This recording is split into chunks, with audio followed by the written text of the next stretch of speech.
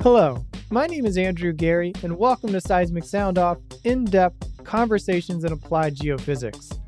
In this episode, Dr. Saleh A highlights his 2020 Honorary Lecturer tour, Improving Reservoir Characterization Using 4 Innovative Seismic Technologies. In this intriguing conversation, Saleh explores 4 new techniques to extract new geologic information from seismic data and to enhance the understanding of geologic features in a reservoir. This episode will inform you of the latest technology with a goal to improve hydrocarbon exploration and data processing. Saleh works at Saudi Aramco in the Exploration Application Services Department, developing new seismic processing and attributes algorithms. He received the Saudi Aramco Excellence Award in 2015. For the full show notes and the link to Saleh's talk on December 16, visit seg.org/podcast. Now, for our conversation. The name of your talk is Improving Reservoir Characterization Using 4 Innovative Seismic Technologies. Why is this talk timely? It is timely because interpreting a 3D seismic volume is an intensive and time-consuming endeavor. That algorithms that provide additional information and expedite this process can therefore be useful tools for the interpreters. In addition, seismic interpreters and processors encounter ever-increasing volumes of seismic attributes in geophysical exploration each year. Multi-attribute integration and classification improve the ability to identify geological features and reservoir properties. Simple existing techniques will not work. We need advanced ones, such as those techniques that I'm going to talk about. Well, that's a great segue into the next question here. So speaking of these innovative techniques, there's 4 of them in this talk. Could you provide just a quick overview of these 4 techniques that you will highlight in your talk? Sure. The first one is the seismic disorder. And the seismic disorder is an attribute that quantitatively describes the degree of randomness embedded in 3D post-stack seismic data. The seismic disorder is computed using a filter operation, which is relatively insensitive to more organized discontinuities, such as fault and channel edges, but is sensitive to chaotic reflection patterns and noisy areas. The second technology or technique is the adaptive medium filter. Current medium filters use a fixed size moving window, which does not account for either the amount of local noise or local structure. To enhance the edge preserving capabilities of the medium filters, I incorporated a noise estimation criteria in the filter design, and then adaptively changed the filter size based on local noise levels and the presence of edges.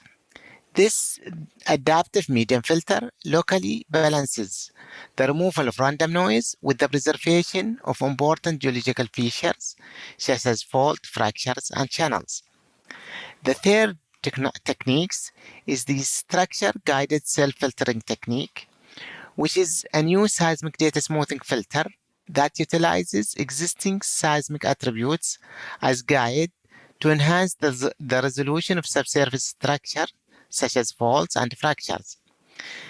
The technique can work with edge or coherence seismic attributes to improve resolution and enhance the detection of subsurface structure in seismic data. Last but not least is the octree quantization, where we combine multiple attributes using a well-established octree quantization method to enhance the interpretation of seismic attribute volumes. The volume or the outputs capture all major features of each individual attribute that might not be visible in any single attribute. Our main objective is to break the limitation of all emerging 3 attributes that's currently being used widely in the industry, such as color blending.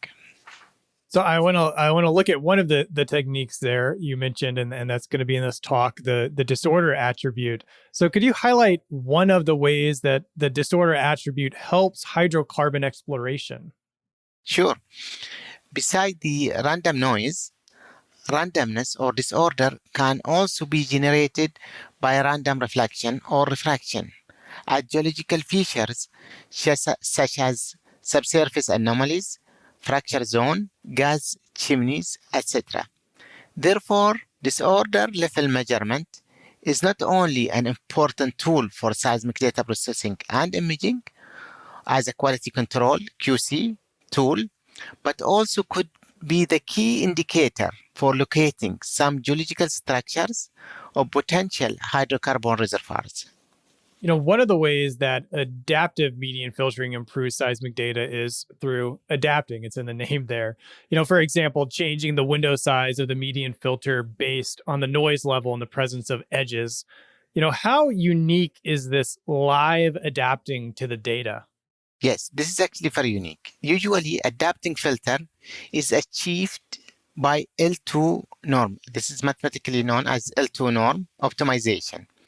But here we have median filter rather than the running average or local mean filter. So we are using L1 norm. One simple example for L1 norm is closer to human intuition. If you give a few data points and let people fit them by straight line, the human picking lines are closer to L1 norm regression result rather than L2 norm 1. Actually, just on a historical note, John Clairabout, a very famous geophysicist, has in his website has all his books listed there, but he lists also one paper. He published several papers. He lists one paper, and this paper is related to L1 norm paper. So he mentioned it there. It shows you the importance of L1 norm. Yes. The one paper he chose is that. Right. That's impressive. Yes. Yeah. When I read your description of octree quantization, it made a lot of sense to me. Of course, you would want to integrate multiple attributes to improve one's interpretation. What is gained by combining multiple attributes, in this case up to 8, into a single attribute? Well, octree quantization provides the capability of integrating maximum 8 attributes. It's up to the users to decide how many attributes to merge to achieve the goal. A few advantages of combining multiple attributes. The first one, it can preserve each features of individual attribute into one volume to avoid navigating into each volume separately.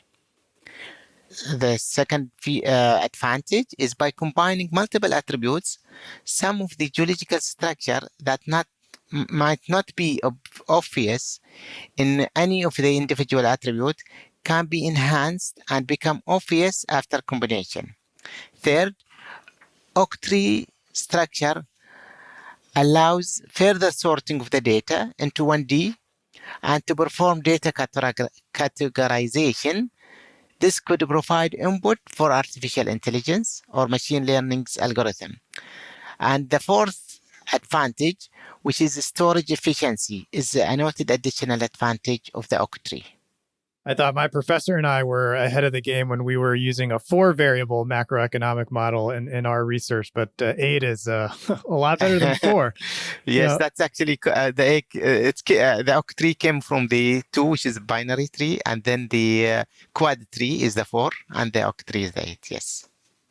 Is there anything interpreters should be aware to account for when combining multiple attributes into one? Yes. The order or sequence of the attributes make a difference. It's recommended to put most important attribute into higher byte location, although we have an algorithm to average out the sequence influence, but yet cannot completely avoid the ranking bias. In addition, selecting a relevant attributes for octree application cannot be underestimated and requires the involvement of experienced seismic interpreters. Which of these techniques, these 4 techniques that you highlight, have you been most impressed with the results?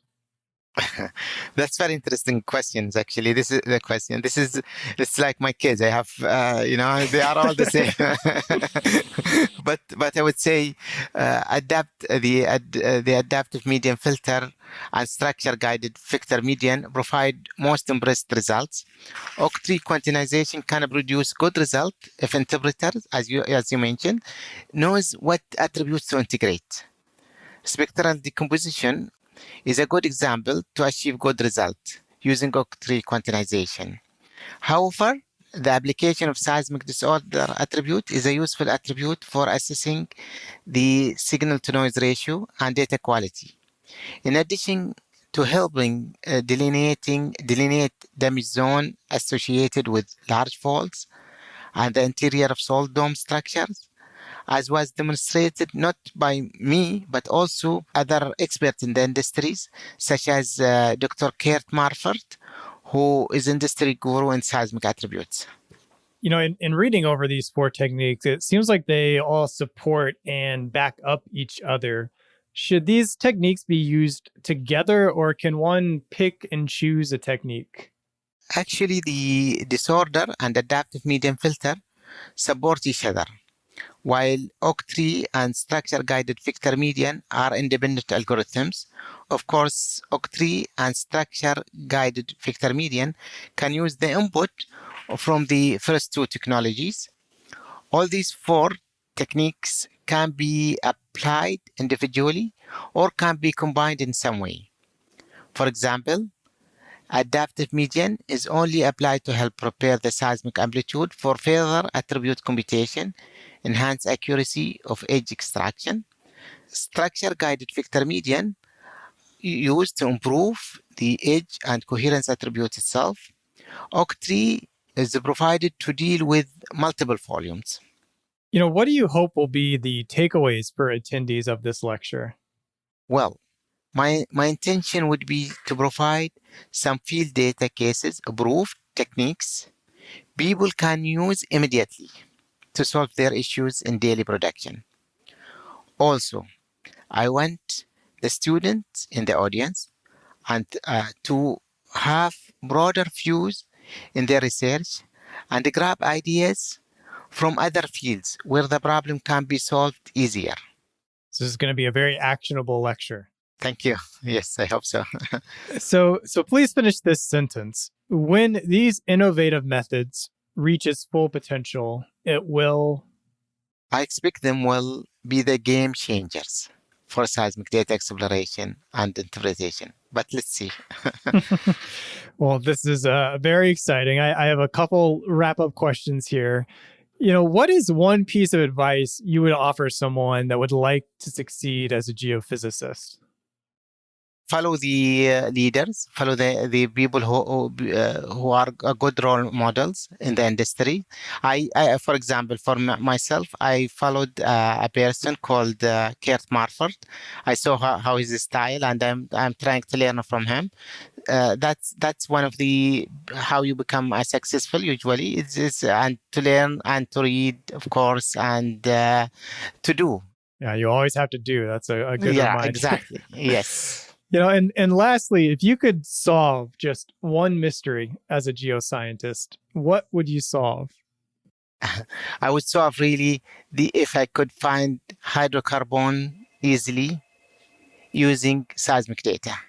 I really would like to see that in the seismic data, we could see the accumulation of hydrocarbon easier than what we have now.